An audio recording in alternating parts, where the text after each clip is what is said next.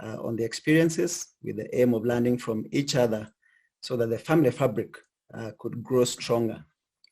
So the current family life group and the programs have transformed to be a vibrant movement that basically comprises of 3 subgroups working together under one leadership led by Paul Peter, as he said. I am his assistant, and of course there is the rest of the team that leads the group. So these 3 subgroups basically are the following. This is the first is the marriage encounter cell, and this has membership drawn primarily from the encountered couples, those couples that have gone through marriage encounter. And these couples periodically meet in their homes, to read and discuss on selected Bible verses with respect to marriage and family life. I see someone saying they can't hear me. I hope the rest can hear me. We can hear you. I can hear you. So. Okay. Yeah, I am seeing Samuel Diaz saying he can't hear me. So I'll just continue. So we meet to discuss on selected Bible verses, as I have said, in relation to marriage and family life, and where possible to catch up on some contemporary family challenges, and also to seek solutions or mitigating strategies. The next group is the premarital classes. So this is a group that has weathered storms and grown beyond the chapel to other parishes. So we have expanded our reach to St. Jude, Donholm, St. Francis Xavier, Parklands, Holy Trinity in Kileleshwa, and most recently to the new parish of Our Lady of the Rosary at Ridgeways. There are 3 sessions yearly of the premarital classes. We actually just finished. Sorry, we haven't finished. We actually, I think on the last 2 talks in the session for October, November, but we have earlier sessions in the year, February to March, and the second one, June to July. The sessions run for 8 consecutive weeks, every Thursday, and in which topics are handled. And all the topics are handled by couples of different age brackets in marriage, ranging from 7 years to 40 years. So you can see the range of experiences in marriage, except one of the talks, which is facilitated by our priests. This year has been largely handled. These talks have largely been handled via Zoom because, of course, of the season we are in, the COVID season. So those are the premarital classes. Then the last component is the family enrichment programs. And this is one of the main programs meant for the group to reach out to all parishioners. So this targets all the parishioners. This is one of the core components that we are currently trying to make stronger, because it is the one that journeys with the couples and the entire families throughout their lives in order to ensure happy and successful marriages and family life. And some of the engagements by the family life, the family enrichment programs include organizing World Marriage Day, couples dinners, organizing for enrichment sessions, physically or virtually, reviewing married life for those who have gone through premarital classes by inviting them for reunion meetings. And we also do planning through the church leadership and renewal of marriage vows.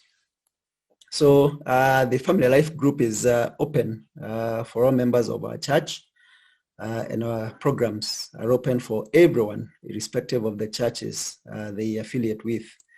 Right now we have people joining us, from other parishes, and some even from outside the country on YouTube.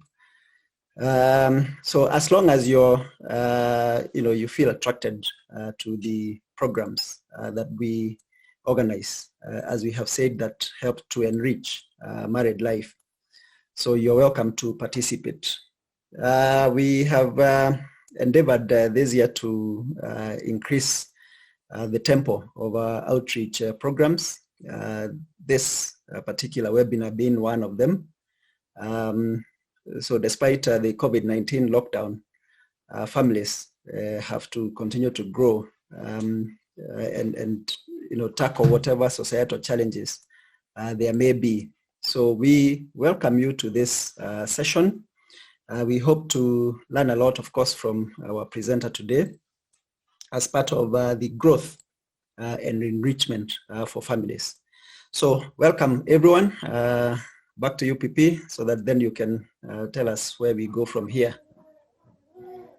Thank you very much, Job. At this moment, I will invite Anthony Muridhi to introduce our guest speaker for the day. Thank you. Thank you very much, Paul Peter, for the invitation and the honor to do the honor of inviting our guest for the day. Ladies and gentlemen, our guest for the day was born in Machakos, Kenya on 6th of June, 1967. He has over 25 years experience in media and broadcast sector, 15 of which has been at top management level, and is currently the CEO at the Kenya Film Classification Board since October 2015. He is the current first vice chairperson for the African Film Content Standard Setting Steering Committee. Previously, he served as Information Secretary, that is the year 2011 to 2015 at the Ministry of Information, Communication and Technology, and Director of Information and Public Communications at the same ministry, that is in the year 2007 to 2011. He was the Secretary General of the Kenya Union of Journalists. That's from the year 2001 to 2007, after practicing as a journalist with the Nation Media Group for 9 years, that is in 1994 to 2002, rising from a trainee reporter to an editor. And in 2010, he was awarded the Moran of the Order of the Burning Spear, that is MBS, by the President for his outstanding contribution to the country. He holds a PhD in Communication Studies from Moi University, Master's degree in Communication Studies from the University of Nairobi, and a BA or a Bachelor of Arts a degree that is in Sociology and Linguistics from Kenyatta University. He also holds an honorary degree in Public Administration from the Commonwealth University. He has served as a director in various state agencies, including Brand Kenya Board, Kenya Broadcasting Corporation, that is KBC, Media Council of Kenya, and the Kenya Copyright Board, among others. He's married with 2 children, like me.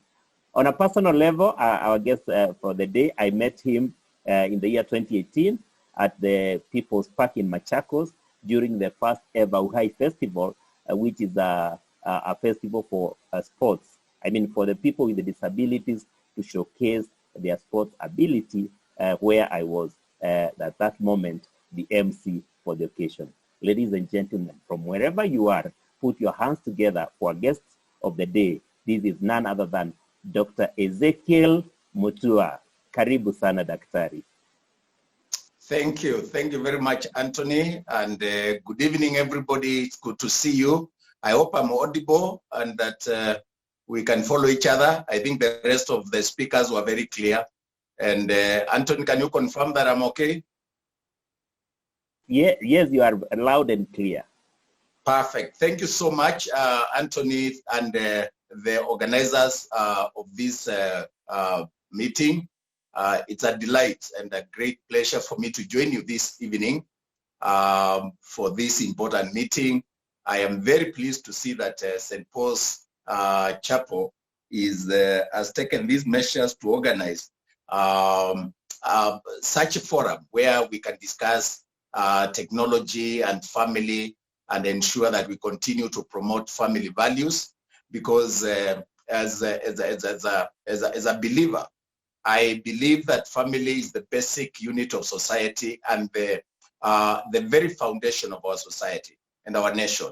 And there cannot be strong nations without strong families. And to have strong families, we have to bring up our kids in a godly manner. We have to inculcate in them positive social values and ensure that they grow in the fear of God, knowing what is right and what's wrong, and being able to manage themselves and have self-discipline.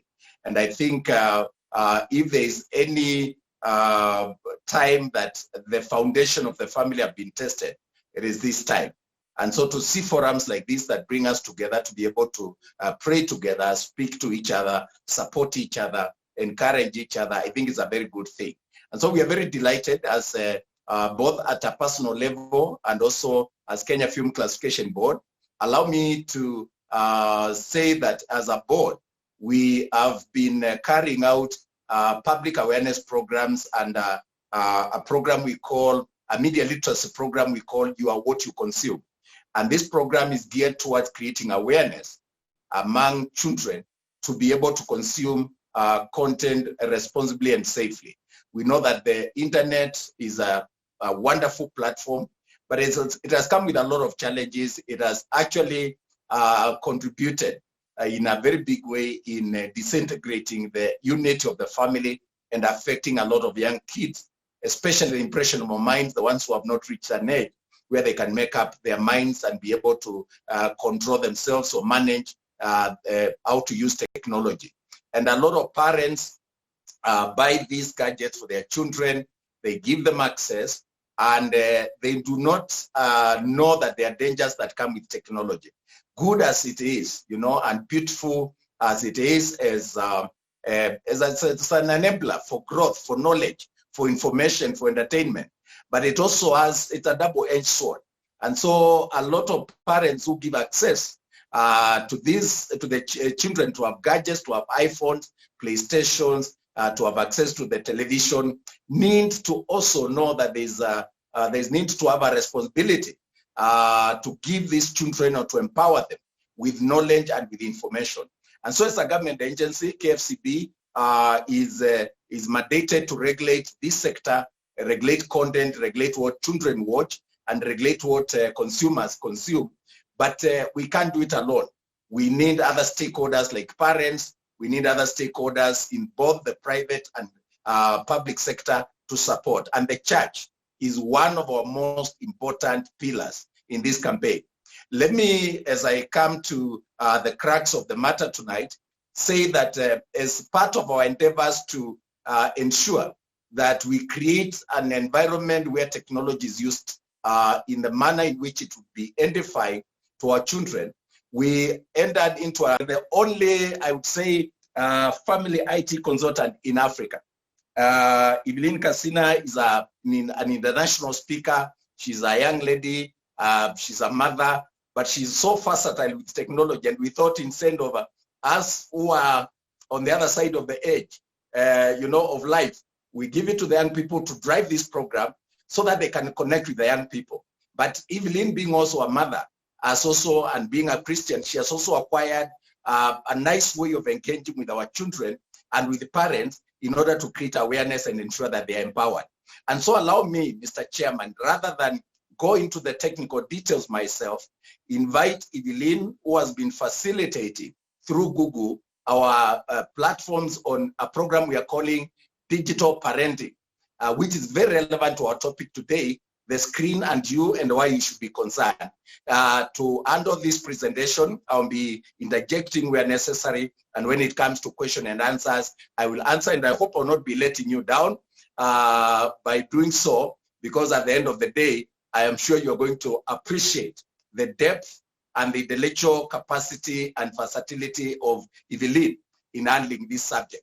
So ladies and gentlemen, I know you are expecting me to go into details about it.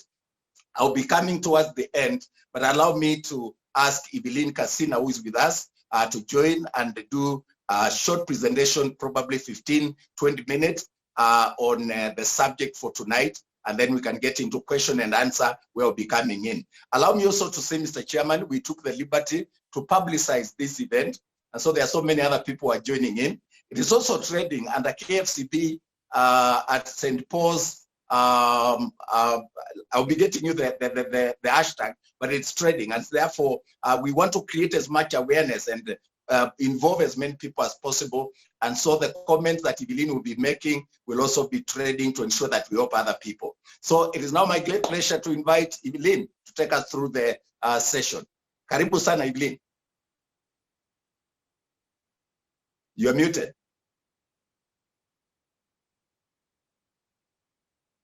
You are still muted. You can help him to, or help her to unmute, because I didn't allow people to unmute themselves except hosts to unmute. So what am I supposed to do? You are co-host, or you tell me who Evelyn is.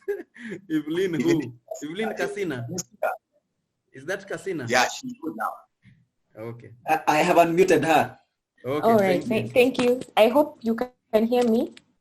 Yes, we can. Yes, Thank you, now. Evelyn. Yes. Welcome. Plus, I think I need to be given screen share ability to share my screen. Okay. Okay. Shortly. Thank you.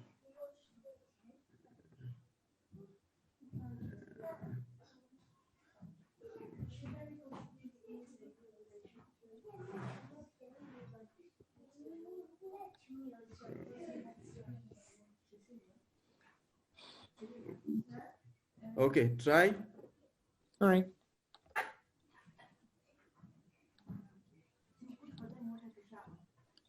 Can you see my screen? Just confirm. It's loading. Yes. Yeah, we are yes. good now. You can see keep your family safe online, right? Yes. Nothing else, I hope. Because I have notes in front of me. Can you see just interruption, Mr. Chairman. I think am I supposed to be admitting people? Lillian ended in the waiting room. No. We are admitting them. Don't worry. So we are seeing, what you are seeing is keep your family safe online, a guide for parents to make the most of the digital age. That is it, Evelyn. Thank you. All right, Thank you. Thank you so much. Thank you, Dr. Mutua, for first inviting me to this platform, and also for giving me the opportunity to share on a topic that I'm really passionate about. As you heard, my name is Evelyn. I'm Evelyn Kasina. I am a family IT consultant, and what I do really is to help families maneuver and manage the internet space, because we do understand that it comes with its own challenges. However, we cannot wish it away. So my role really, even as a business, is to just help parents and create a conducive environment for their children, and then also take children through a training that enables them to be digital citizens, to be safe online, and then see how they can harness the opportunities of the internet. And so as we begin this session, I hope you have somewhere you can write a few notes and get a few tips, because I'll be sharing quite a bit. And as I ask questions, because I'll have some questions for you, I hope that you can engage through the chat platform, just for me to be able to see where we are at, and also learn from you, because I am open to learning from other people. And so I begin by saying that being a parent is a very hard thing, and as the world gets more complex, so do children. And so that's the reason why we are investing our time in making that family unit and making the values within the family very strong, so that we can keep forging a better and stronger generation for the future. And so even as we look at the modalities of how technology has grown, I would just want us to try and understand the landscape and open your mind into the fact that how we use technology in our age right now is very, very different with how our children use technology. And looking at the current situation we are in, a pandemic where we are forced most of the time to be online and to be enclosed, we are actually even moving further into giving children who are younger than the age of 13, even younger than the age of 5, access to technology and the internet, which means we need to even take more safety precaution steps to ensure that the younger the age, the more protected they are, but also for ourselves, because the topic for today is your screen. Ourselves, we need to start modeling good behavior with our interaction with technology. There is a survey that was done a while ago by UNICEF, and it was the age group that was being interviewed was between the age of 15 and 24, which is young adults. And at that particular time, they were saying that at least 48% of the children said they do not have access to their own technology or the internet. But you can imagine a whole 66% of them say they have access to technology, they have access to the internet. I just want you to think around the last probably 7 months or so, how these numbers have changed and where you find yourself in. Because if you asked me, for instance, when I was going to give my children who are under the age of 10 access to, you know, their own gadgets, they have internet, but just access to their own gadgets, I would have said 13. But with the pandemic, I have been forced to create an email account for my daughter who is 6, and it's because of the online learning. So for me, knowing that my daughter who is 6-year-old has access to technology has made me actually even more cautious, because there are very many fears that I have when it relates to how she's engaging technology. So I want you to ask yourself a simple question. How old were you when you got in touch with the kind of technology your children have now? How old were you? And some of us, we were even in our 20s, you know, when we started getting phones, you know, getting a computer. Some of us just used to see these things with neighbors in other places. But just try and imagine the difference between when you acquired technology and when your children are acquiring technology. And then as we begin thinking about this, I would just want to ask you, what do your children actually do online? Many of us have a grip on what our children are doing online, but I keep asking, do you really know what they're doing online? Do you feel like you have a complete handle of it? How do you monitor them? And what are they really doing online? And these are the kind of questions that I like to trigger, because sometimes we may think that just because we are under the same roof, we actually do know what our children are doing behind a screen, and sometimes really we don't, because they have become more tech savvy than us, that they know how to hide screens and do certain things incognito, and we are left there not knowing what happened, right? And so just to give you a small statistic of what the children who are interviewed said, some of them said that they chat with their friends and families. And if you think about the current situation we are in, that we are not able to move freely as we desire, we are using technology to keep ourselves socialized. We are social beings, so that particular fabric has been disrupted. So we need to look for avenues to socialize with other people. We are watching video clips and sharing video clips.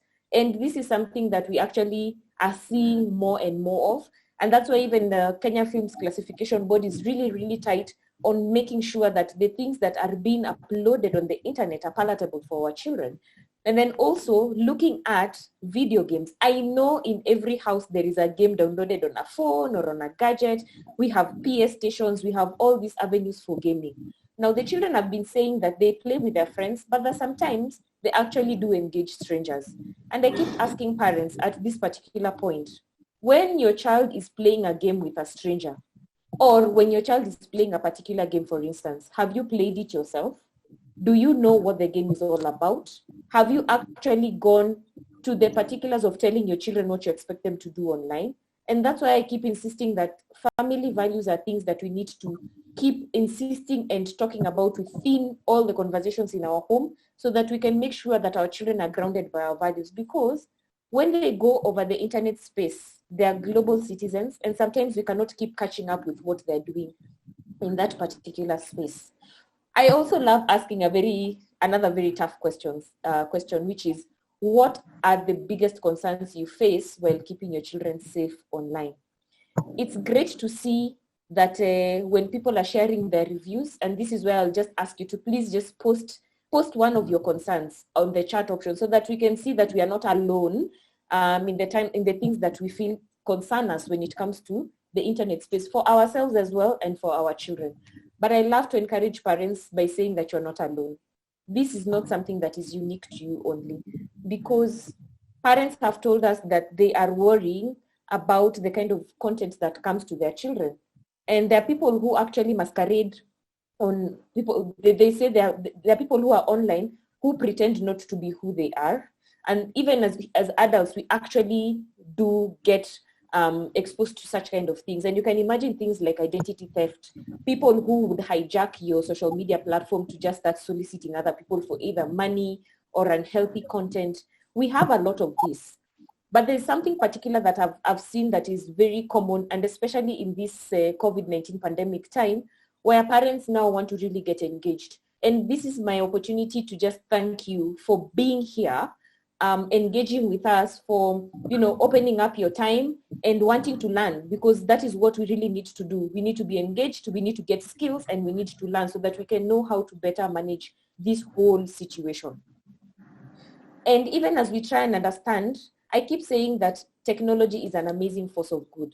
You can just imagine, just because we are not able to meet physically right now, through technology, we have been given a platform to still meet. It is not what we had wished for, but at least we keep engaging and continue collaborating, just as we would have to be collaborating in a normal face-to-face way.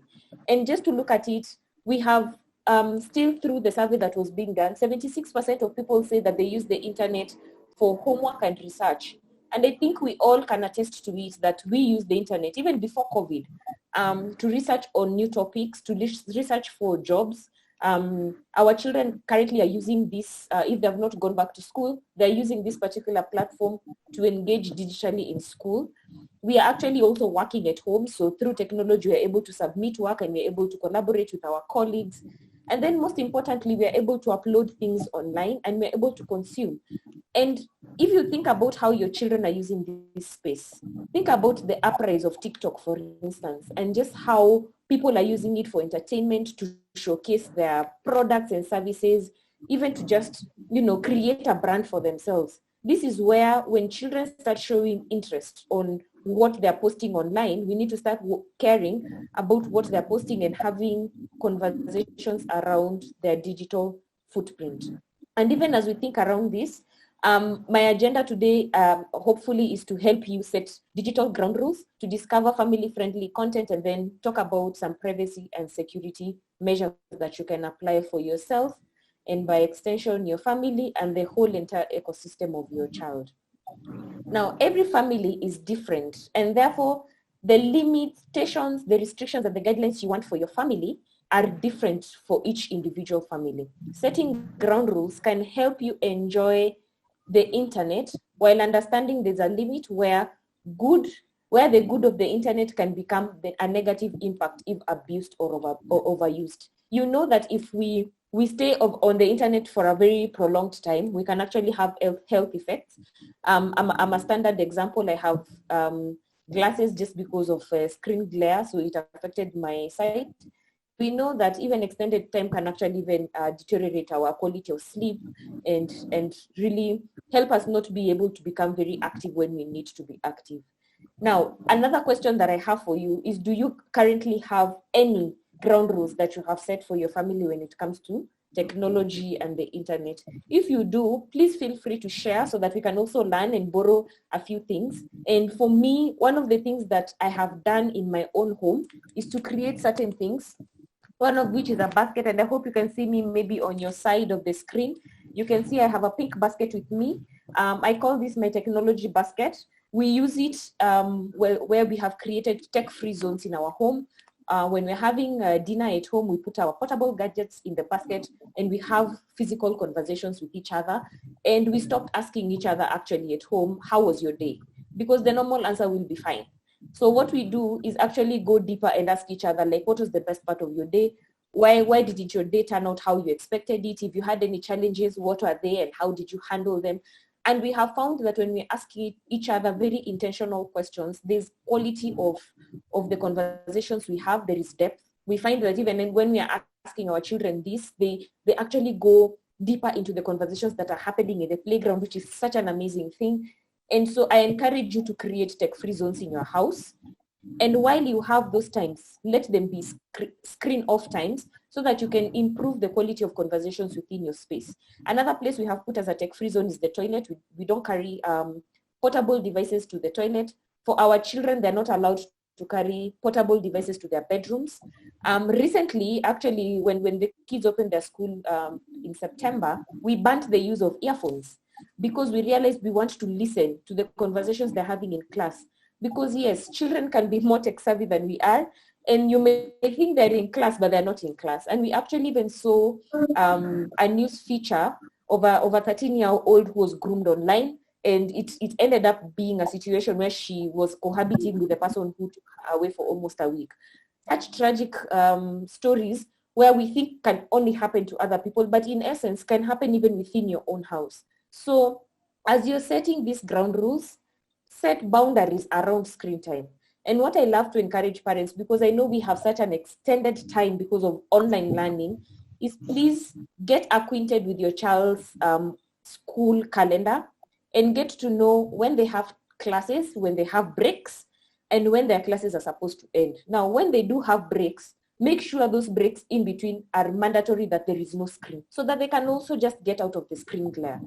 If their classes end, for instance, at 12 or even at 2 for some of them, give them a bit of time where they're offloading, they're doing physical chores before they get into the screen time for entertainment. Because we also as parents have to be very careful not to just tell them that they can't be online communicating with their friends. Then create family rules around what you want them to share. Things like their phone numbers, their email addresses, where you live, where they go to school. That is private information, and they need to know that that information should never find itself online. So they can post about maybe what they're eating, about their favorite movies and stuff like that, but not to share private information about themselves. So they need to really, really know that. And then inculcate values, as I said. Make sure that your children understand that there are certain things that are grounding them, and those are values. Make sure you also tell them why those values are important to you people as a family. And even as we're looking at screen time, because I know it is such a nightmare for very many people, we need to just look at our own behavior. So I'm going to ask you, are you good with your screen time yourself? Are you? And how do you currently approach screen time with your children? And I just want you to reflect on something here. As a parent, when your child comes early in the morning, and tomorrow is Saturday, they don't have school. So they wake up in the morning and the first thing they think about is watching. And they come, Mommy, Daddy, can we watch? Can we watch? How do you react to that? What is your attitude towards screen time? Because it sets the tone on how your children also react towards their usage of screen time. And what I keep encouraging parents, especially at this particular day and age, let the children always understand the why behind when you say no. Sometimes saying no without explaining can be detrimental, because guess what? You're not the only person who gives your child access to technology. They'll go outside in the playground, there's someone with a phone. Inside your own house, your nanny has access to a phone. When you go to relatives, those people have access to gadgets that can expose them to the internet. So when you keep telling your children no, make sure they understand why you have set those particular screen rules. And this brings me to the point where I say, if you have children who are able to have real conversations, and especially teenagers in this case, bring them to the table, let them be part of the process, because when they're part of the process, they own the process, and they actually become very good accountability partners when it comes to screen time. And then, of course, looking at this again, when you're creating these screen time values, make sure that you also tell them the positive impacts and the negative impacts. We know that having technology is good, especially at this particular time. We are connecting with family, we are doing homework, but too much of it can actually be detrimental. So it affects, our screen time, it affects our eyes, it affects the quality of sleep. It actually also makes us antisocial. And as humans, we are social beings. So we need to just really have a balance where we're telling our children, if you can, go outside, ride your bike, play with other children if you can, but let your screen time rules be in such a way that there is screen at a particular time, break it, do something physical, they can do screen again. And if you can, because this is something we started deploying, I think 3 months ago, 1 hour before we go to sleep, all screens are off, and then we start winding down for the evening. And that has made us actually sleep better, because we are not just shutting down the screens and going to sleep immediately. That actually affects your screen pattern because of the blue light that is projected by your screen. And then I want to give, sorry, there's some noise coming in, sorry for that. For parents who have children below the age of 13, I know, because we sometimes have been forced by circumstances to create emails for our children, and they're not of age, because the minimum age for people to have an email address and even social media accounts is 13 years. Google came up with an amazing app that will enable parents who have children below the age of 13 to have emails. But the beauty about this is that you connect it with your own email address. So you manage the screen time that your child is using, you manage the apps they're downloading, you get to see the content. And if you feel like your child is overusing their screen time, you can actually shut them down from the comfort of your phone. So imagine you're in the office and you're looking at your phone and you're thinking, hey, this person has been on their screen for so long. You can shut them out and they will not know what happened. And this is a beauty because then we are able to manage, realizing that the children below 13, they have this, they probably don't have the concept of time very well. And when they're glued on the screen, by the way, they become zombified. So even if they knew how to tell time, it will extend and they will not have control over that. So we need to be able to help them guide it. And then with this particular app, you actually can set their screen time you can set their bedtime. So when it is bedtime, all screens go off. And I know there's a parent who's asking, but my children manipulate settings and they can start bypassing this. There is a setting on this particular app, and I will share a video towards the end that will show you how to do this step by step. There's a particular setting in this app that only gives the parent the authority to change the settings in the application. So your child is not able to maneuver. Once you put a setting, you're the only one who can change it. When they want to download an app, it asks you as a parent to give consent or not to give consent. And I keep saying, when you see these kind of things, it is an avenue for you to discuss them. Before you say no, have a very balanced discussion. There's the good of it and there's the negative of it. And then tell them if they abuse it, these are the consequences. And as a parent, as you put consequences, make sure that you go by the consequences. If you need to punish your child for manipulating or abusing a right, you need to be able to follow through with that particular consequence so that they don't start thinking that you only talk and talk and talk and you never act. And so I will share a link shortly that will show you how to do all that. And the beauty of it is that you can actually do it from your phone, and the application is totally free on your Google Play Store. So when you're bringing this conversation home, how do you talk to your children about screen time? First and foremost, I encourage you first to observe yourself, your own methodologies and your own habits when it comes to screen time, because you cannot give what you don't have. You cannot say what you don't know. As a parent, when you wake up first thing in the morning, maybe you use your phone as your alarm. Once you snooze or once you stop it, what do? If you're not going back to sleep, but you're not waking up and getting out of bed, most people, what do? They go on Twitter, they go on WhatsApp, they go on Facebook to just catch up with the world. You're catching up with the world before you even say good morning to the person sleeping next to you, or even just checking on the people who are under the same roof as you. You have actually connected to the world before you've connected to your family. And remember, the idea is to strengthen the family unit. So I keep encouraging parents, one of the things to do is to prioritize your time and then get to see where you can put in technology within now your priority. And I'll give an example of how I have done mine. I wake up very early in the morning, and my 3 big rocks, because I have 4 big rocks. I have God, I have family, I have education, and I have my health. So one of the things that I do, I wake up, I say a prayer, I read the Bible, I say good morning at least to my husband, and then I go tuck in my kids, and then I come to study because I am back to school, so that is the only time I study. Then I make sure that before 8 o'clock, I have gone up the stairs like 20 times because that is the only workout I can have at the moment. Up and down for 20 times, I have done my workout. So now from 8 o'clock towards lunchtime, I can start engaging different kinds of social media platforms. So either my email, my WhatsApp and stuff like that. If it is for entertainment, it is normally from 12 onwards because I've already had a full day. So when you want to do this for yourself, try and see how fast you react to technology the minute you wake up and also towards the end of the day. And then help your children understand how to put in priority. So their priorities should be probably their education, there is God and there's family. Don't give them more than 3 priorities.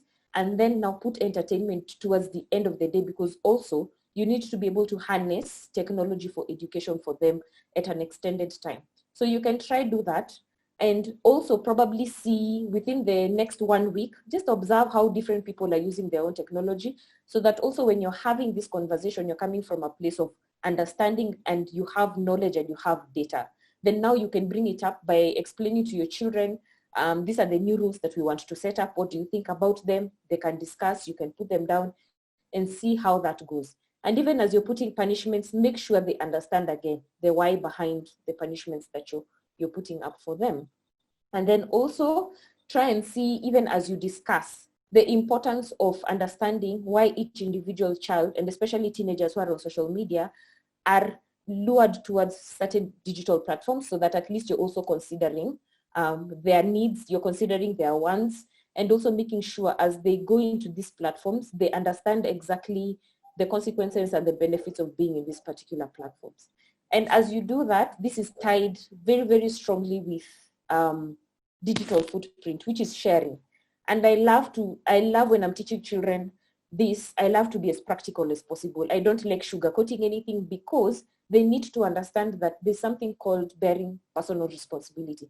If you find your child has posted porn on an online site, for instance, yes, as a parent, you will feel bad, you will feel hurt, but guess who bears that responsibility? The owner of the platform. So the children need to know who takes personal responsibility. Yes, we shall feel bad because they're our children, but they need to understand also how that content will affect them currently and even in the future, so that every time they're online, they keep asking themselves, is this necessary? Is this kind? Is this content out there going to be harmful to me, or is it going to be beneficial to me? And also knowing whom they're sharing that information to. Is it harming other people, or is it beneficial to other people? They always have to ask themselves that. Even us as adults, we need to, because I find like Kenyans on Twitter, sometimes we go online and there's so much hate coming out of people. By the way, you know what? There's a group of teenagers who told me the other day that they follow their parents secretly on the online platforms, and they see such a discrepancy between what they say and what they do online. So as much as possible, mirror what you want to see online. If you want your children to have good behavior, we also have to mirror good behavior, because they will follow us, they will see the kind of content we push out there, and it is forever on the internet for us, it is forever on the internet for them as well. And we need to create now rules around that. As parents, we need to share our expectations, be as candid and clear as possible when you're sharing these expectations about what they share online.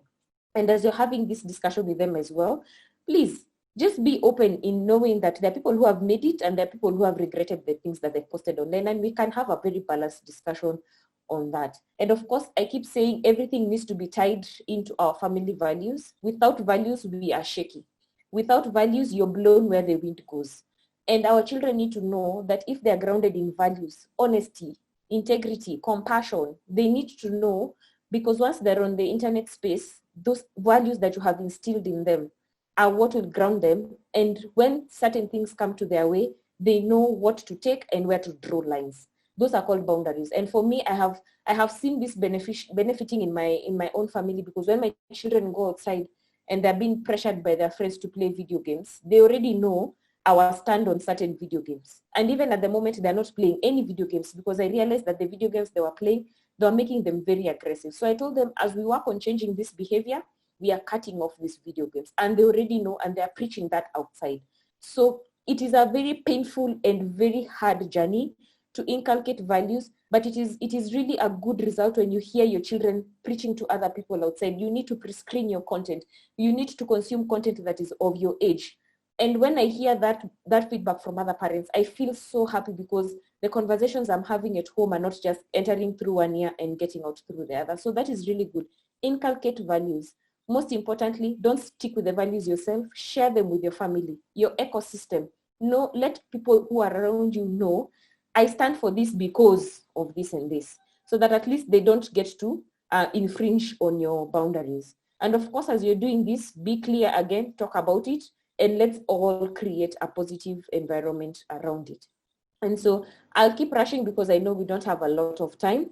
And I will just want to take you through a few minutes of family-friendly content, and then just ask you, what kind of content are your children exposed to online? What content are you exposed to online yourself? Because I know we have Netflix where we can manage accounts, where your children have certain accounts and us, we have certain accounts. So are your children watching something different? Are you watching something different? The content out there is really explicit. And I love that KFCB is here and making sure that the kind of content coming through our TVs and our radios and even through the internet are palatable for our kids. But we know that there are places where we can get unhealthy content. So we need to start looking at how we can ensure that our children are not being exposed to content that is mature for their age. And so the family link is good because yes, it will help you restrict content. And the video that I'll share will definitely give you, it will give instructions on how to do this. If your children are using Google Chrome, again, I will share this particular platform with you so that you can see how you can also put restrictions on your browsers, safe search, so that at least explicit content is not coming through the browsers for your children. And it will show you how to do that. And then even on YouTube, you will see how you can put the restricted mode. I know our kids really go to our phones a lot of the times to listen to YouTube because it is very common. So at your general settings, at the very, very bottom of your phone, there is a restricted mode. Just put it on. And you will see when you're trying to search for certain things, it will tell you, you cannot do this. I also have a certain application called Bitdefender for me, which I've installed on all our gadgets, that actually restrict children from going onto certain sites because I've blacklisted most of the unhealthy sites for them. So it is good for us to be able to see how we can manage this for our children. There's something I also love to use. It is called Read Along. For people who have young children who want to read, it is on Google Play Store. You can download it and enjoy using it. It uses artificial intelligence to help your children read, and it's an amazing tool. So how can we protect our children from negative content? We need to be able to just look at the kind of movies they're watching, the games they're playing. Again, if you can, play with them those games. If you can as well, and I will send a site where you can pre-screen the content that your children watch. It's a Christian site, so it will even give you the Christian content, the bad language, so that at least you know. If your child is coming to say, I want to watch this movie, take it through that site and see how it is affecting the quality of conversations in your house, so that at least you're able to know there are certain things we can watch, there are certain things we can't watch, and this is why. And so if you look at the kind of content, I want to just go through, I'm sorry for this because some of these things are a bit technical. I want to show you something on, yes, social media platforms, yes. We all do know that our children are on social media platforms, some of them. And if you don't know, please go and ask them what their preferred social media platforms are so that you can start looking at the privacy settings. There are just a few here on your screen, but I want you to just try and see what kind of privacy settings they have put. And the most common one I keep telling people to check is if your children's accounts are public or they're private. And if their social media platforms are public, that means that anything they post, whether they're posting it to their friends, anybody who just comes along their handle will see. If they're private, the things they post will only be seen by the people who subscribe to them. And as our children get into these spaces, because we also want to protect them, we need to encourage them to put their accounts private. Then we need to also let them know that they need to scrutinize the people whom they interact with. Because as we saw, there are people who will pretend to be people you're not. The children who are being groomed nowadays, they're being groomed by people who are older, and some of those people are taking advantage of the gaps they see in our children. For instance, our children will post photos of themselves online, and they want someone to tell them they're beautiful, they're nice, they're looking good, send me more photos of yourself. And it's because probably we are not affirming them enough at home. We're not telling our children that they're smart, they're beautiful, and that is the way it is supposed to be. So they're looking for that affirmation on social media. So my encouragement is be the person who affirms your child. Let your child not go look for affirmation on social media platforms, because first they're looking for it from strangers. It is very short-lived.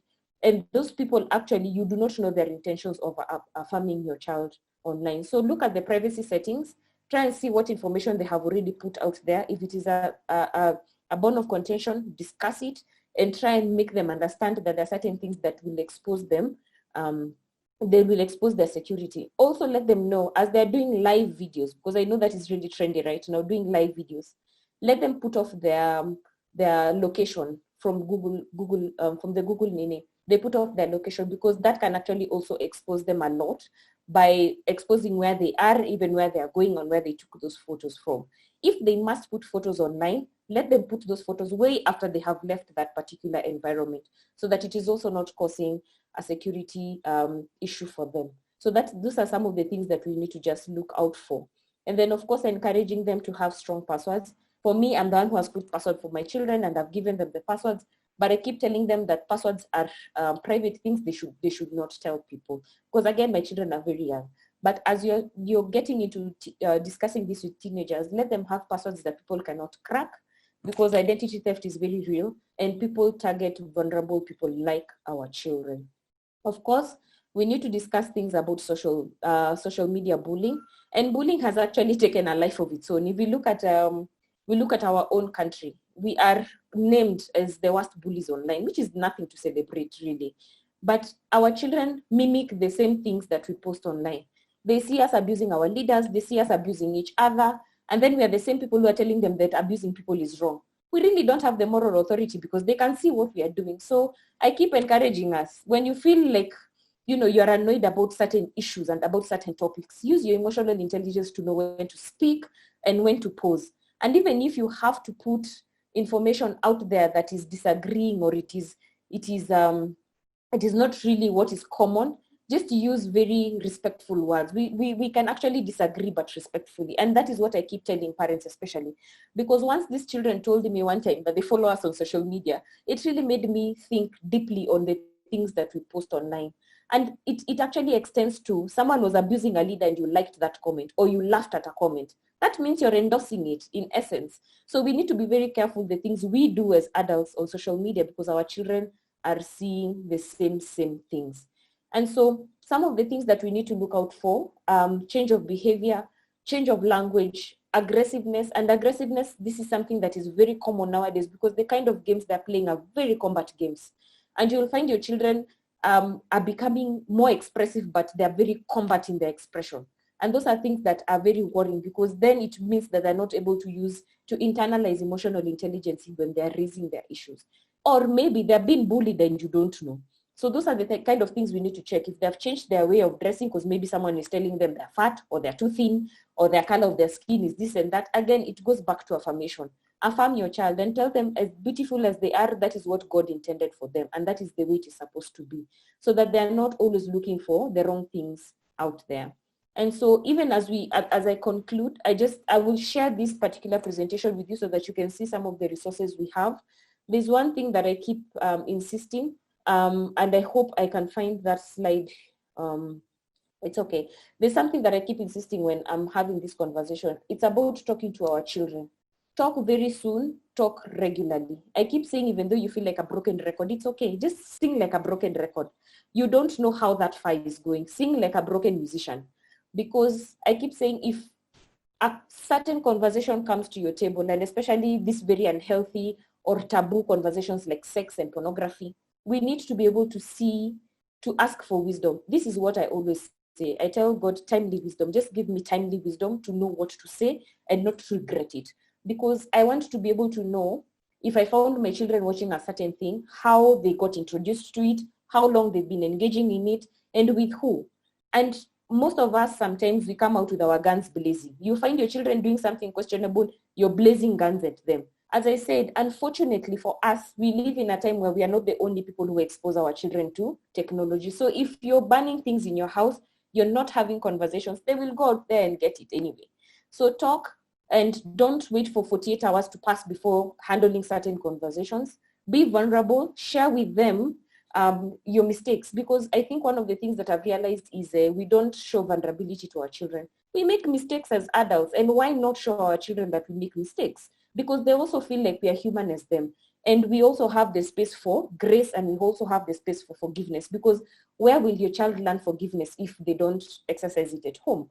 And then I also keep saying that look for the right space and look for the right time. If you must take your child for a walk, go for a walk, have that conversation. If you can't take them to a bedroom somewhere where it is just you, your partner, and the child, have that conversation and don't shout at them. Pay attention more than talking. Let them talk, let them talk, let them talk. Listen. It is not easy because we are modeled to just keep talking. And when our children talk about uncomfortable conversations, we want to put our fingers in our ears.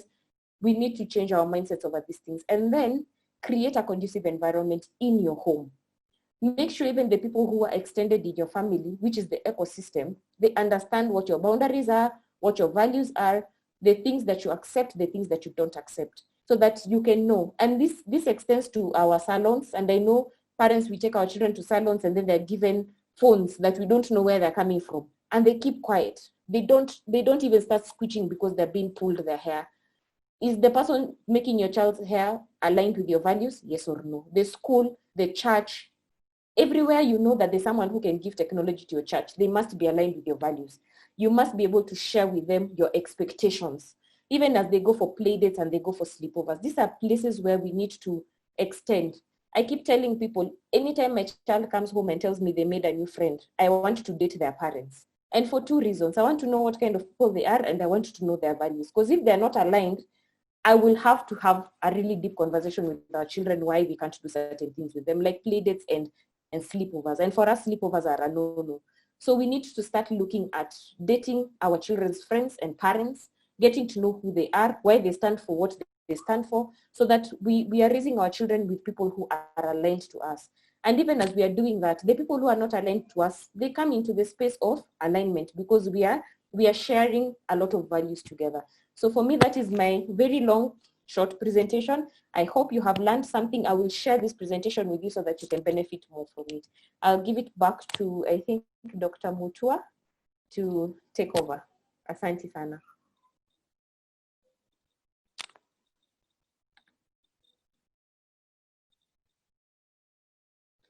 Excuse me, sir, you're muted. Thank you. You're muted, sir.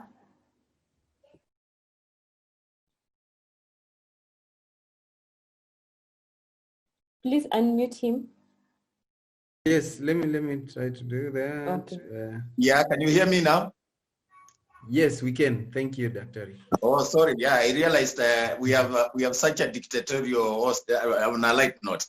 He was not allowing me to. I hope because at some point I wanted to ask for more time for Evelyn. I hope we have not gone too far beyond time. No. Carry on, sir. It was really difficult to stop Evelyn, as I promised. I am sure you've enjoyed.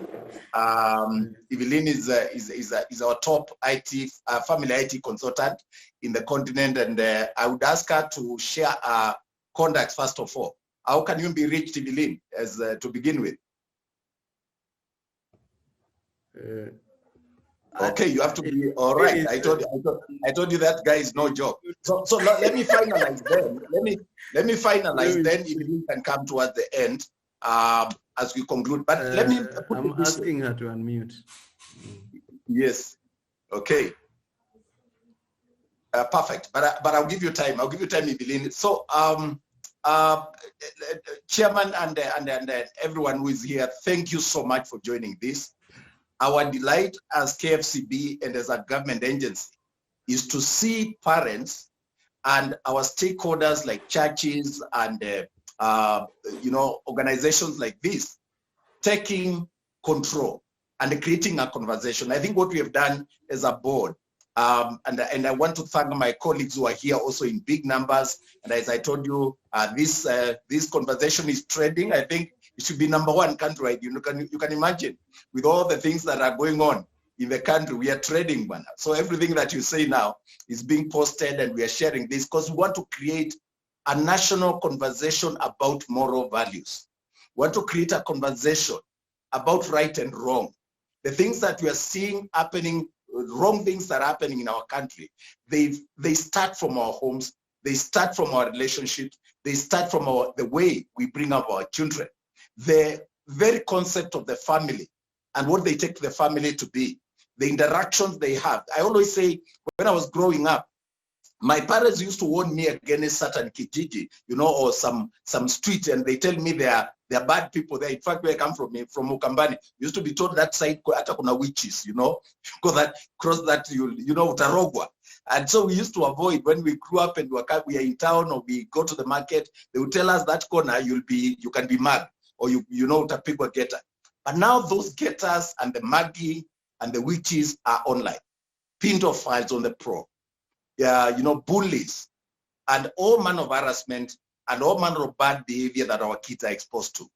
I cannot be more grateful to God and thankful to see that we have people like Evelyn Kasina, young girl, young parent, who has taken responsibility to take this as a profession, as a career, and as the area that God has gifted her to give back to the world.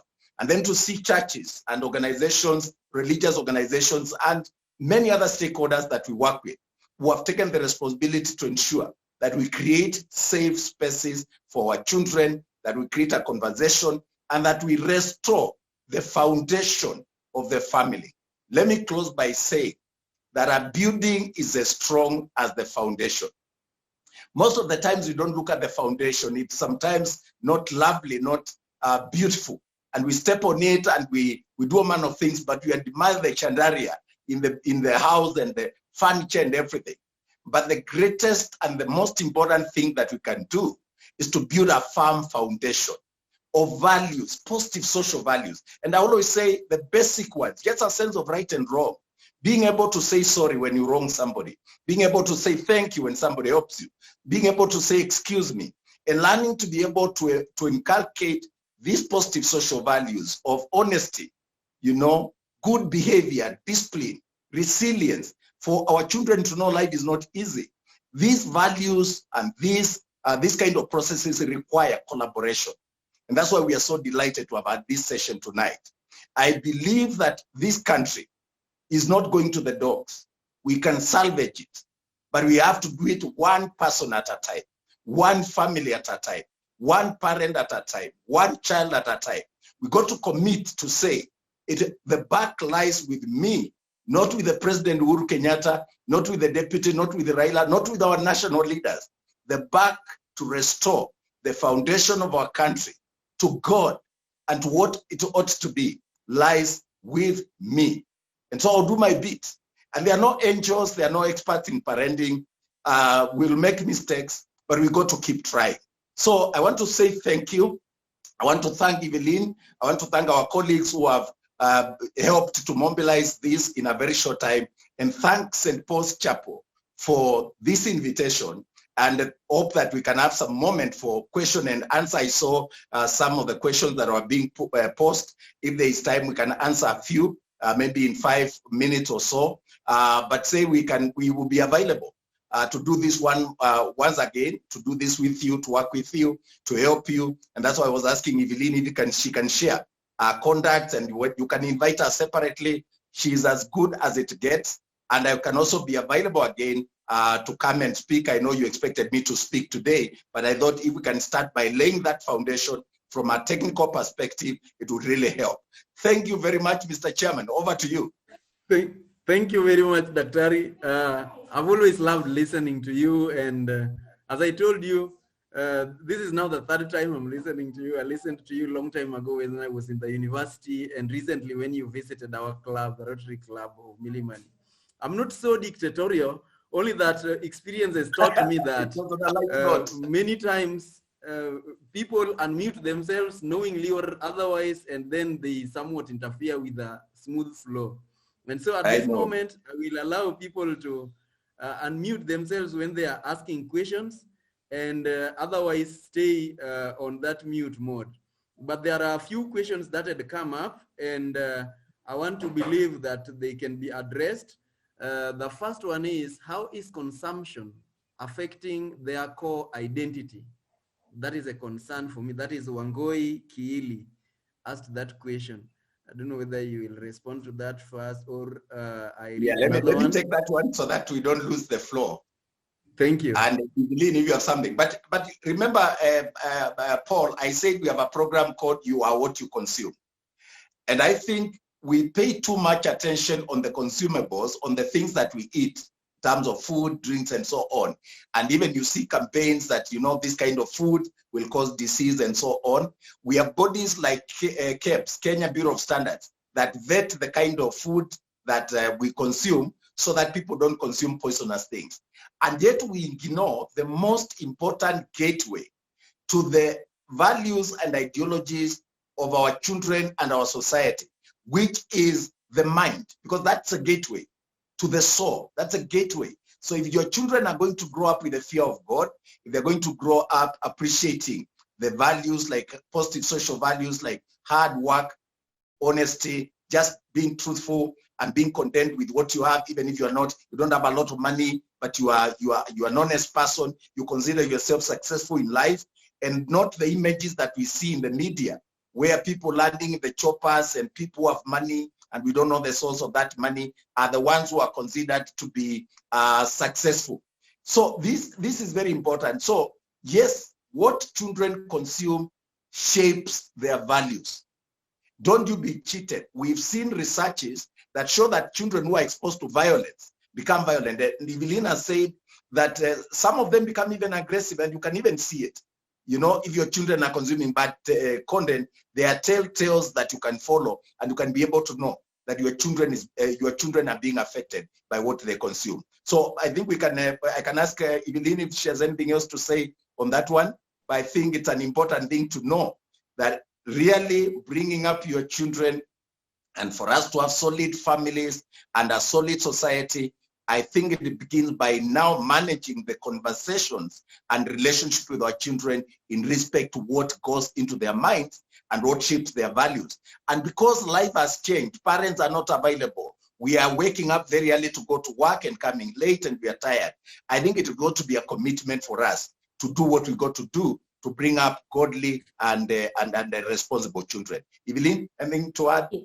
Yes, actually, I think what I will just add to that is if you can get access to the movie that is on Netflix called Social Dilemma, it will really help you understand how even the different social media platforms are creating our notion around the things that we watch, and then we become certain things, because it's all about algorithms and content. So what Mr. Mutua has said is very important. Values are very, very important.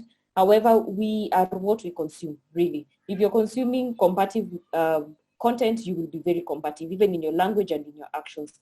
But just try and see if you can watch that movie called The Social Dilemma on Netflix. It will really enlighten you on so many other aspects, even about how we are controlled by simple things like our emails. That will be very eye-opening for you. Yeah. Is there anything that moderator you can do about Okeo? I mean, it's really distracting. Thank you. Oh. Okay. Okay, settle down. Thank you. Now, I think that is handled. There is the following question, which is, what is your view on Roblox and Minecraft games? I personally do not know those games. Yes, Roblox is it's a computer game that has a series of other games. And what I've realized, actually, that is one of the games that I banned in August, because my children were really playing it. And I only knew one game before I realized it has many other games. And they started becoming very aggressive, because yes, they have games that are like creative, but it has many other very combative games. And for us, one of the things that we don't allow at home is combat games. So the things of Fortnite, because another one, if your children are playing Roblox, they will definitely start talking about Fortnite, Call of Duty. Those are radicalization kind of games. And I keep emphasizing and telling them about radicalization, because it starts very subtle. But your child is playing Roblox, they will go to Minecraft. Minecraft is good. They'll go to things like Call of Duty, which we know that, like especially the game of Call of Duty, Grand Theft Auto, those are games that ISIS has input some of their themes, and we know those are radicalization kind of games. So they may start from a very low place, but as they go and the addiction sets in, they start playing very advanced and radicalizing kind of games. So parents need to be very wary about those games. Play them yourself first and foremost. You will see what I'm talking about. Minecraft is a good game. My children use it because it's all about opening up their creativity, learning how to build things. So the only thing I would caution is the amount of time they're spending on the game. If you have children under 10, an hour of playing Minecraft is more than enough. But make sure you block the chat option. The chat option should always be blocked in any game. Don't allow them to chat with people, because if they're playing with their friends, they should not have an issue having what we are doing right now, having conversations that even an adult can listen to. So block all the chat options in all the games they're playing. Just limit their time so that at least they're not there very extensively. But Minecraft is an amazing game. Roblox is questionable. Fortnite is, there are very many, and I have posted actually a site called Common Sense Media that will help you pre-screen some of the games that your children are playing.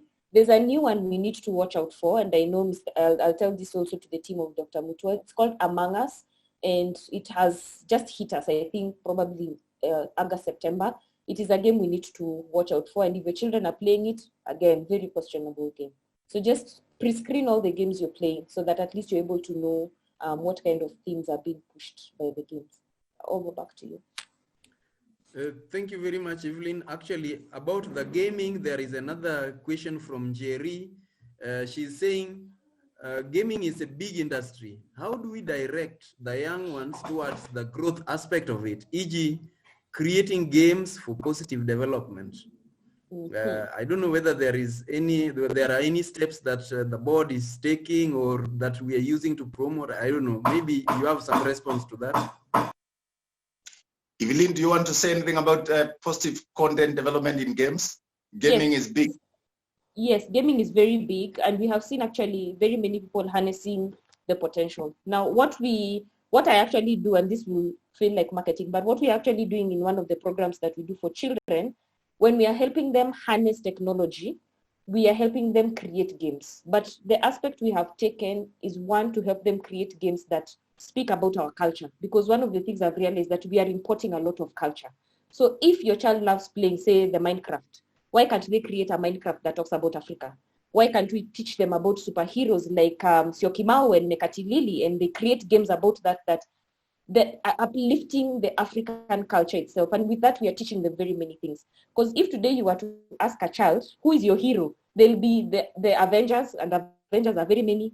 There will be Wakanda, there will be Batman and Superman. Really, what is it doing to our own culture as an African nation, as an African society? We need to start having our children harness that potential and shift it, because our children can actually be entrepreneurs. They can actually be content creators, but the quality and the level of content they're creating is what we need to start enhancing. And that can only be done when we are being deliberate on what they're doing. So yes, they can play games. They can do most of the things that other people are doing. The gaming industry is huge. Right now for them, they're even getting into the Bitcoin, because now they don't want to have physical exchange of money. Now they're understanding how online currencies are working. So why can't we have our children getting the money but also uplifting our culture? So that is one of the things we are doing through our program for coding and robotics. So we are teaching them how they can harness technology by being creators, but we are putting in themes inside that creativity, and also helping them understand that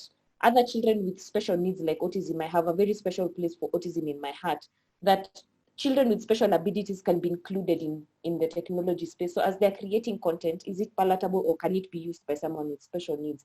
So encourage them. If you see that interest, be wary of the content. Again, also be wary of the time as well. I wanted to show something. I can see Ann Kyoko has asked something on cuties, and it will help me also try and show you just in a minute how you can pre-screen content. Just allow me, I'll not take more than 2 minutes. I hope you can see my screen. Just note if you can see my screen. Okay. So there's this movie. Yes. So there's this movie that was supposed to be launched. It is very controversial on different platforms because it was promoting first child advertisement, and there was a lot of sexuality and bad language. It's called Cuties. But the site that I've posted here for pre-screening is called Common Sense Media. And I want to just show you how it works.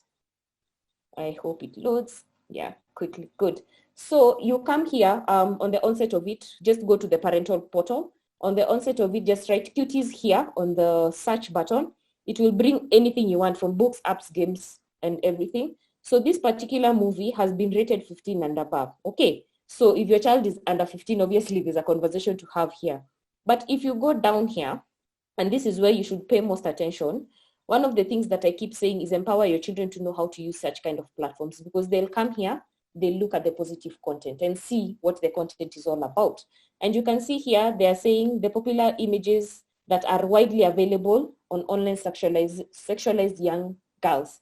It is something that has a lot of sexualization. Even in the short video clips, you will see it has a lot of child sexualization.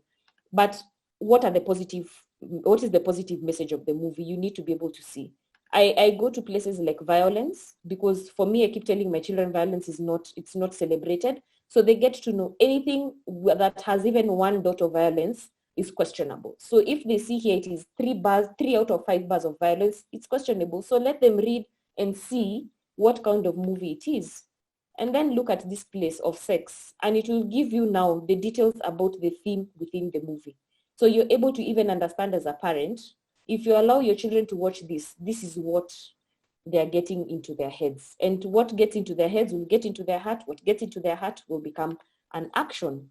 And then also language. And in fact, just pay attention here because it actually shows you the kind of language that is being used in the movie. It is bleeping it out because one of the things they realized that they also don't want to teach children about curse words. But if you see the kinds of things that have been bleeped out, you know what it is, right? You can see the kind of language that is being used in the movie. And then of course here, consumerism is where they're being taught how to buy things online and how to consume. So that is not there. And then also drugs and alcohol is not there.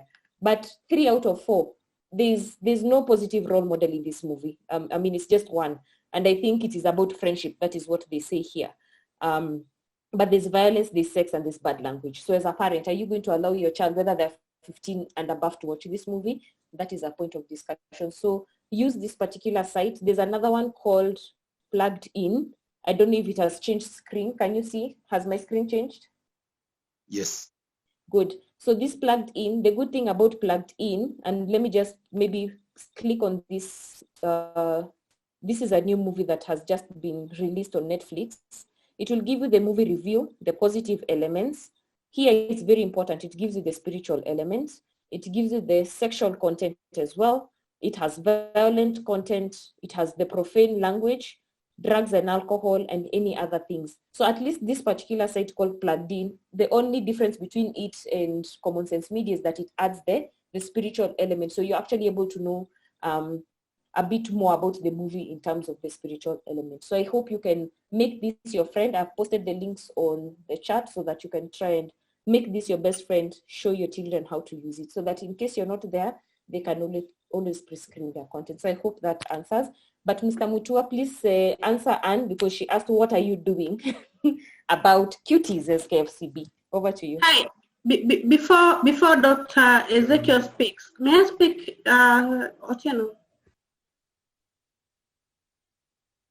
Yeah, you can go ahead. Well, I think it's not some time. Yes. Thank you, Evelyn. That was very nice answering me. But then, I've never watched Netflix in my house. I don't have that subscription at all. I have internet in my house. I only do YouTube. But then, some 2 months ago, when COVID came, a friend of mine from Catholic University just came to my house. She had a subscription of Netflix so she could watch from my TV. And 1 or 2 times, because I wanted to be friendly, I sat in my sitting room to watch whatever was in the TV, and it was horrible. There was sex, there was violence, there was drugs, and they could tell you there will be drugs, there will be sex, there will be violence in this movie. And this is Netflix for you. I've never watched Netflix because at Citizen Go we are campaigning against Netflix. But this was my first time because I wanted to be very friendly.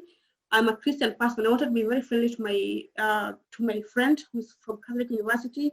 They have COVID-19. They don't have a place to stay. I took her in, and she's even in my house right now. But then I was like, can't Kenya classify what to watch and what not to watch? Dr. Ezekiel Mutua is one of the people I admire a lot. He does excellent job. But I want him and KFCB to look at Netflix and what they have to offer, because besides cuties, there's a lot about Netflix that is not to be admired in Kenya. And one thing about Netflix, they are looking for market in Africa, and their entry country is Kenya.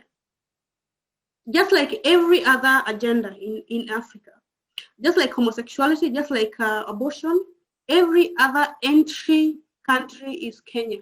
Now Netflix is experimenting with Kenya on homosexuality. I've seen movies on that, courtesy of my friend from Catholic University. I've seen Netflix doing drugs. I've seen Netflix doing, a lot of stuff that I can't even allow in my house. And I want to cut you short. I think we get the point. In the interest of time, first of all, this is over-the-top services, and the regulation of OTTs is pretty different from the normal TV and from the normal platforms. we have now developed a programming code for not just free to air, but for programs, including online. But when Netflix started streaming in Africa, I think that was January 2016, we raised this issue very strongly, that they shouldn't have been allowed into our cyberspace without attendant regulatory framework. But there was no law. When I wrote to them, they said, look, we have maturity standards for all other jurisdictions, but not for Africa. So they started streaming at one go in that one countries in Africa. And when we raised our voice, South Africa joined, Nigeria joined, and now we are trying to create a conversation. But you can see even in the countries where they come from, they are now facing challenges. Over-the-top services is different from the free-to-air and the channels that are supposed to be governed by government and regulated. Obviously, there's a sense in which the parental responsibility comes in when it comes to Netflix, because a child who is under 18 cannot subscribe. And so it is expected that first of all, only adults can subscribe. What we're arguing as a board is, can they conform, can the ratings of Netflix, like what Evelyn was saying, are QT's rated 15. It should be 15 of Kenya, not 15 of United States, because every country has its own cultures and cognitive development of our children are different. What we consider to be morally upright here is not what they consider. But I mean, we are a country of democracy, we are a constitution, we have the good, the bad, and the ugly. I think there's also a level at which people must take personal responsibility without infringing into the other people's space. And that's why we are saying the conversation we are creating right now is to ensure that there's a regulatory framework in terms of the content in Netflix conforming to the rating of KFCB. But otherwise we can't block them, because there is the responsibility of the adult who subscribed and allowed their children to watch that. You allowed your friend into your house, you have allowed them to connect into Netflix using your TV, and the blame lies on, there's a responsibility that I must take. There are things that like nobody can come here and connect to that nonsense. I would tell them to walk out. I mean, so it all depends on, but as government is for good, for the good, the bad, and the ugly, as long as we have a constitution that says what are the parameters and what are the limitations to freedom. It's a very, I think we can come into this about over-the-top services and exploit next time as a chapter on its own, or as a topic on its own, because it's a very controversial topic. The main body that regulates that is actually not KFCB, it is Communications Authority of Kenya, because they are the ones who govern the cyber gateway to this country. For us, it's about the suitability of the content and the rating, and that's what we are fighting to put on Netflix. I think, Thank you very much. Let me just also show you something. I hope I will be able to. Let me see if you can see my screen. I personally you need to warn us if we are overstretching on time. Please feel free to let us know. This is my last one. Okay. So I have Netflix in my house. I have Hulu. I have Amazon TV. By there I have a plethora of minis. But this particular one that I allow my children to watch, I have Mama Bear, that is me, and you can see here that it is restricted by a padlock. So my children cannot watch my account. I removed this for the purposes of a demonstration I was doing. And then my daughter and my son have only movies rated 7, +7 and below, because you can see it is below, not above. So what I have actually done, and especially for my children, is I have restricted more particular movies that I felt are not conducive for us as a family. And I will just show you. So in other words, there are features that you can use to control what the children can access even when you have subscribed. Yes. So you can see this.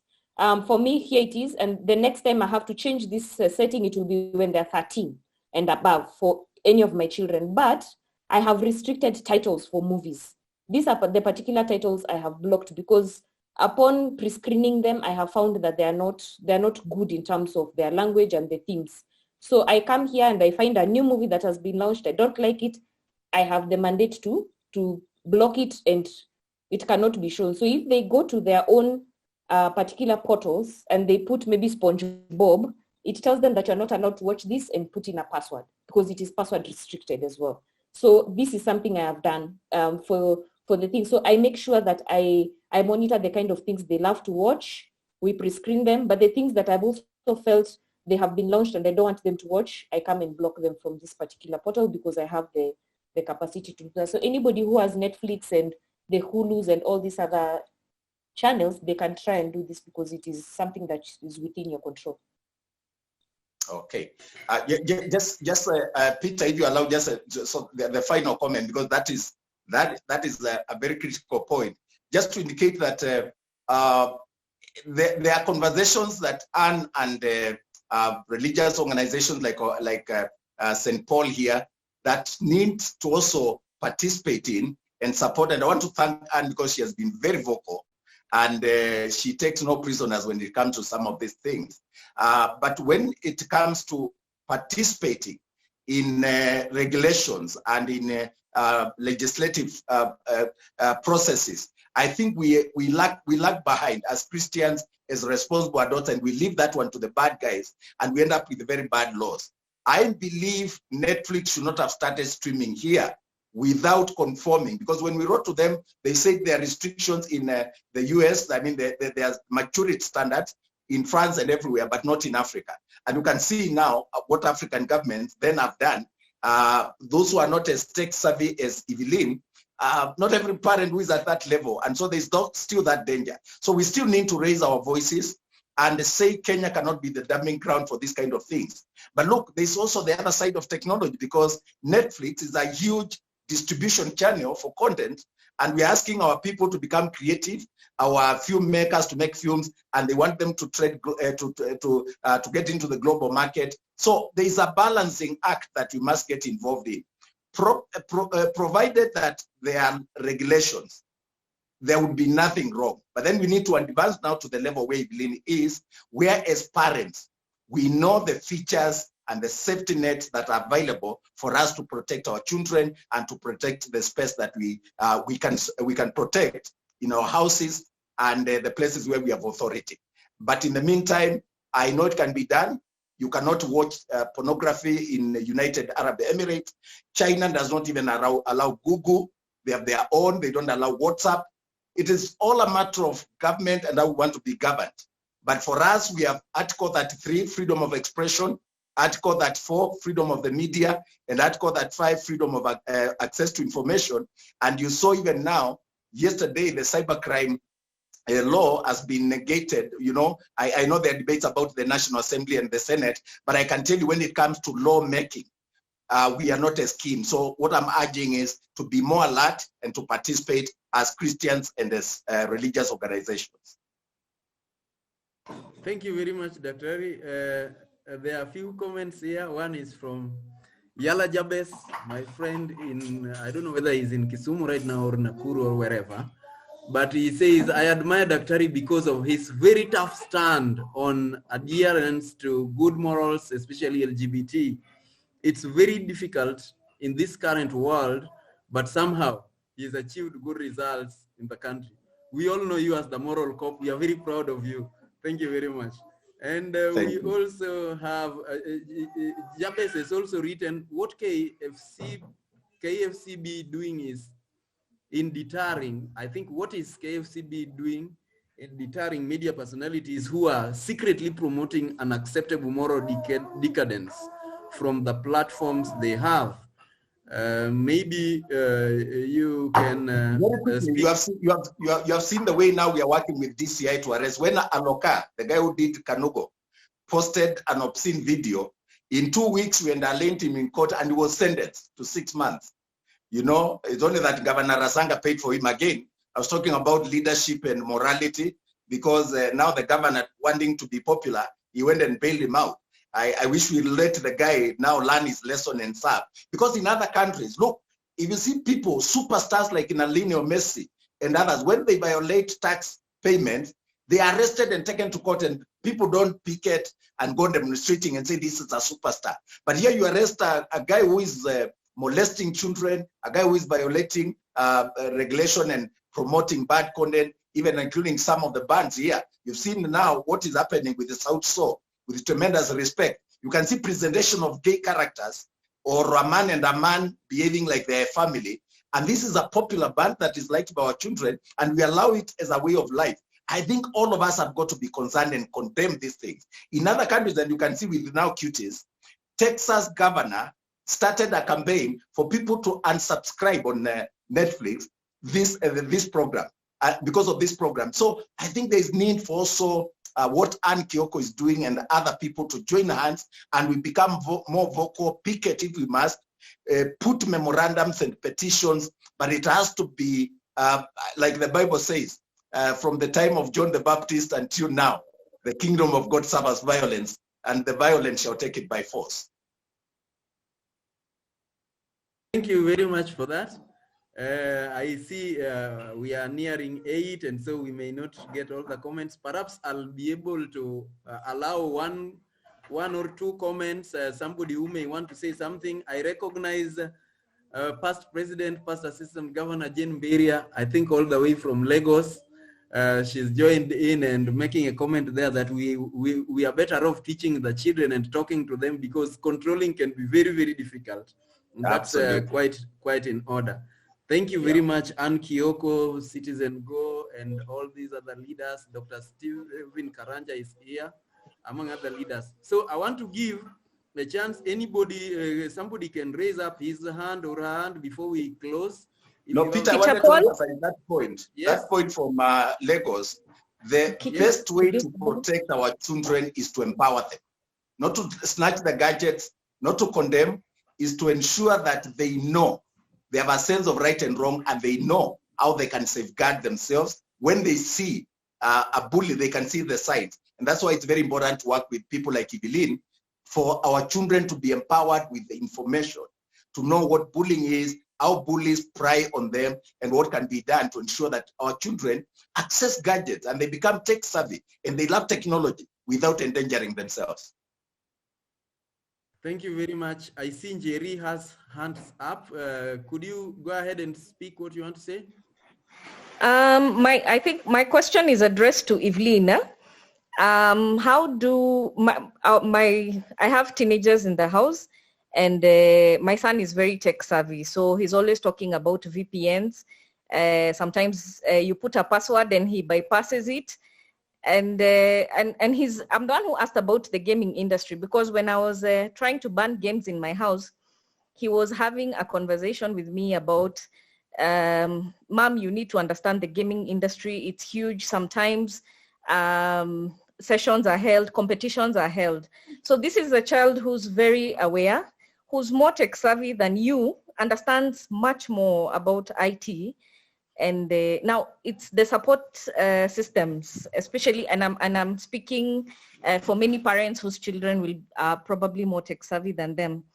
Do you have programs that would support these teenagers when we are talking about VPNs and you have no idea what a VPN is, and he comes and tells you, Mom, on Google, this is the kind of, and he shows you the kind of information that is accessible for other people in other parts of the world.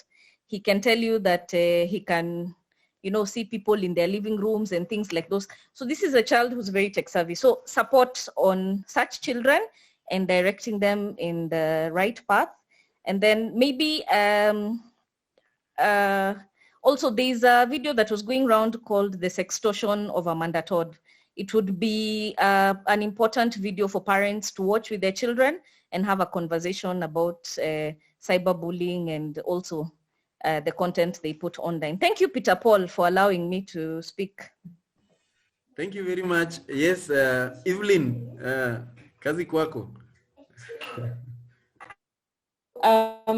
It's a good thing that first and foremost, VPN, for those who don't know, it's a virtual private network. It is what you use to bypass your normal internet network.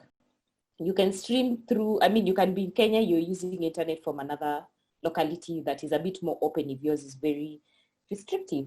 And if your child actually has that knowledge, they can get into VPN. That means they also probably know about the dark net. Not very many parents know there's something called the dark net where people, through the VPNs, they go into the underworld and get to see unfiltered content really of any nature.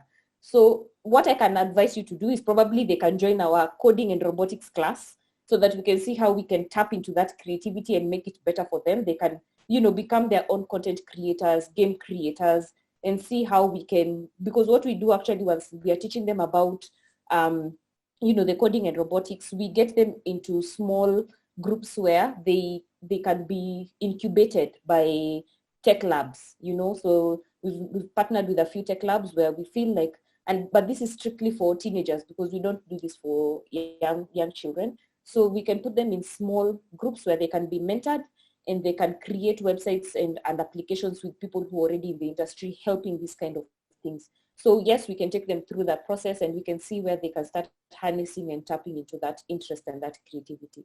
As I said, I've posted my contact there, so please reach out to me. I'll be able to assist you on that particular issue.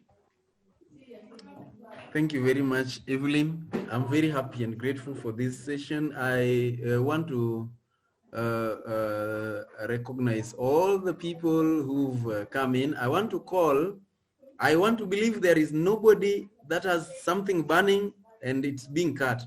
I know we've not had enough time. Perhaps Dr. would have even talked about the music industry, which has been very, in my view, quite a letdown in our country, because most of the content that they've been able to create are too explicit, or some just don't have message at all. So those are some of the challenges that we've had. I know there has been a lot of fight. Ann Kioko has been talking about even people in the matatu industry, whatever the content they play in, it's a big problem. But it takes me and you, it takes organizations, all the stakeholders, all the parents to work together towards achieving this goal of having a morally upright society. And we are very grateful. I want to call George Kaburu to give a vote of thanks, after which we will have the final prayers, and then we can proceed to rest for the evening. Thank you, Peter Paul, and thank you, listeners. Just before I go to the vote of thanks, one of the commentators, who had watched the documentary called "The Social Dilemma," said that having plundered the natural world, capitalism has now turned to extracting and exploiting what's inside our heads. And, right now, post-COVID, people are saying we are now in the Great Reset. And if we feel now under pressure that, people are on screen a lot, then we've not seen, enough of it. Just this week, the big tech released their Q4 earnings, and they're growing bigger by the day.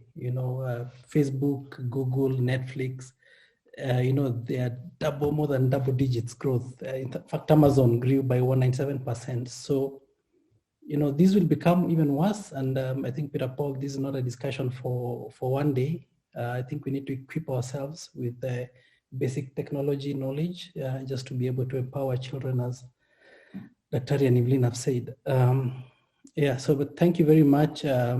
First of all, to the team that has organized this, Peter Paul and your team. Thank you, Evelyn. Thank you, Dr. Mutua and the KFCB for a very animated discussion. And we thank God for enabling us to have even the opportunity to discuss some of these things. I hope that in the days ahead, I think we're going to have a much robust discussion, not only within the family life group, but also incorporate the Women Association, the Men Association, and the youth, because this discussion needs to be held more frequently, because like I say, we are in the Great Reset, and we are now in the digital and information age. So we need to pay much closer attention to what we are watching online, what we're exposed to. So thank you very much, everyone, for participating. I think there will be a closing prayer, but thank you and good night, everyone. Back to Peter Paul to, pass the closing to whoever is praying. Thank you, George. And as Eunice Kihumba has suggested, this is just the beginning. We will engage more. Dr. has given us his promise that this is just laying the foundation. And so I think we will have sort of a program that comes in periodically, perhaps every quarter, so that we keep learning, because this is a very fundamental topic in our lives. And just to close, I've seen Father Ignatius. If we have a priest, we would be very happy to have him give us the final blessing. And that would be quite helpful for us. So if Father is there, yes? Yeah, before you get the priest, I would like to appreciate what Dr. Mutua and the Kenya Film Classification Board is doing. We really respect, personally, I respect KFCB, I respect Dr. Mutua. They're doing an excellent job. And God bless his office, God bless him, and whatever they are doing with the government. Yeah. Thank you very much, Anne. And together we are with you in the trenches. Keep it up. So, Father, Dr. you want to say something to close? No, mine is just to emphasize what you have said, Paul Peter, that it cannot be one-off. This is a huge topic. It has so many angles that we can deal with together. And I want to offer Kenya Film Classification Board.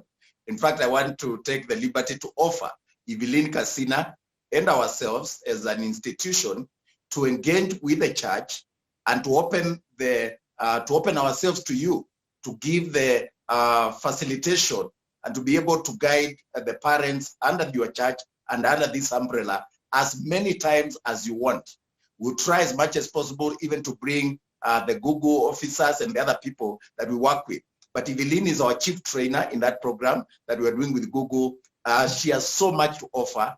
We have not brought our staff, the likes of Emma Irungu, who run the broadcast monitoring unit. I have so much to say. And like Bwana Kaburu has said, we cannot finish it in one evening. Feel free from now that you have our contact and we know.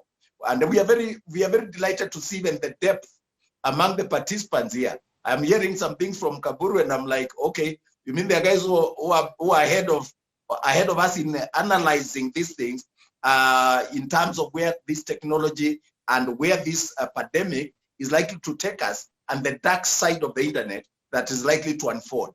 This is very important. And I want to open ourselves to facilitate, to support you, and to work with you. I'm very happy and delighted to hear that, Dr. Thank you very much. God is also with us. Thank you. Thank you for inviting me. Yes. So, Father Ignatius, we'll be happy to have a blessing from you.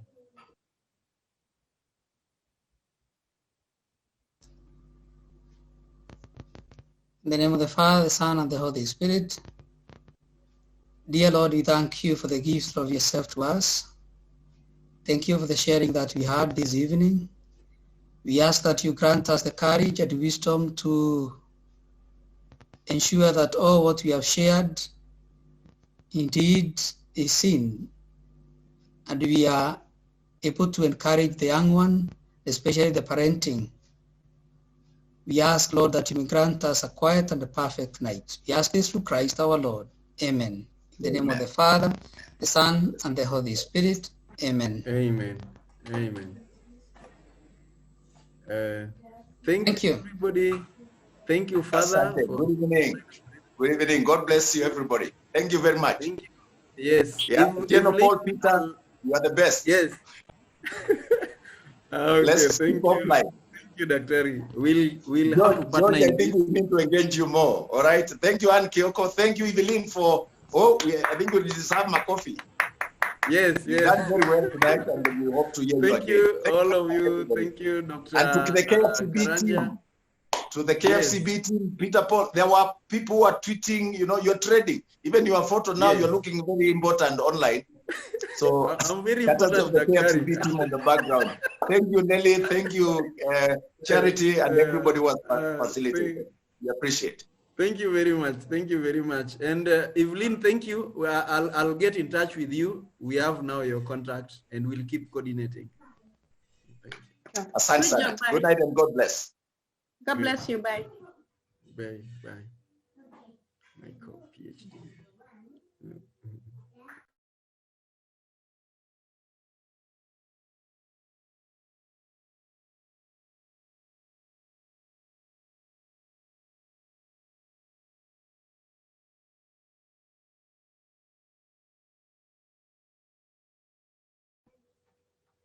Daktari, good to see you again. Dr. Karanja, that was an excellent presentation at the Red Cross today.